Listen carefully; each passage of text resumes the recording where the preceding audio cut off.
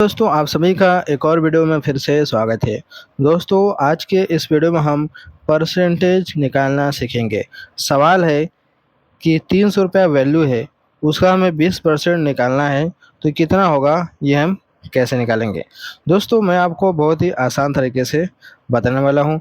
दोस्तों, अगर कोई भी वैल्यू इस तरीके से दे दिया जाए और कह दे 20% या फिर 10% या फिर 50% या फिर 8% या फिर 7.5% बोल दे, तो हम कैसे निकालेंगे। तो बहुत ही आसान तरीके से मैं आपको बताने वाला हूँ। इस तरीके से आपको जितना भी परसेंटेज बोलेगा आप निकाल सकते हैं। तो चलिए बिना देर के वीडियो को शुरू करते हैं और हम इसका आंसर निकाल लेते हैं।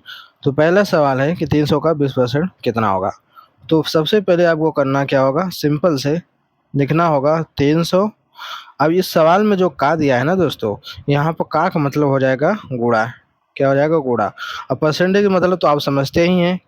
परसेंटेज मतलब होता है 1/100, यानी 1/100 होता है परसेंटेज का मतलब। तो 300 का मतलब गुणा 20% कह रहा है ना, तो यानी कि 20 जब परसेंटेज हटेगा तो बटे में 100 आ जाएगा, इस तरीके से। अब देखिए, 2 जीरो से 2 जीरो खत्म, इसका गुणा करेंगे कितना हो जाएगा, 3 दूनी की 6, यानी कि 60 इसका आंसर हो जाएगा। ये हो गया हमारा पहला सवाल। अब इसी सवाल में और ऐड ऑन करते हैं।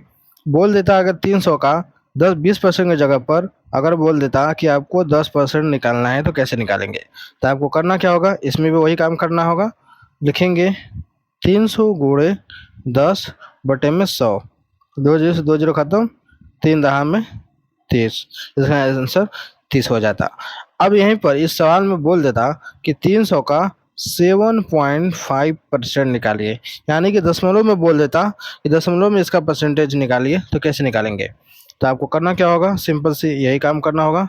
लिखेंगे 300 का मतलब गुणा 7.5% कह रहा है ना, यानी 7.5 लिख के बटे में 100 कर देंगे।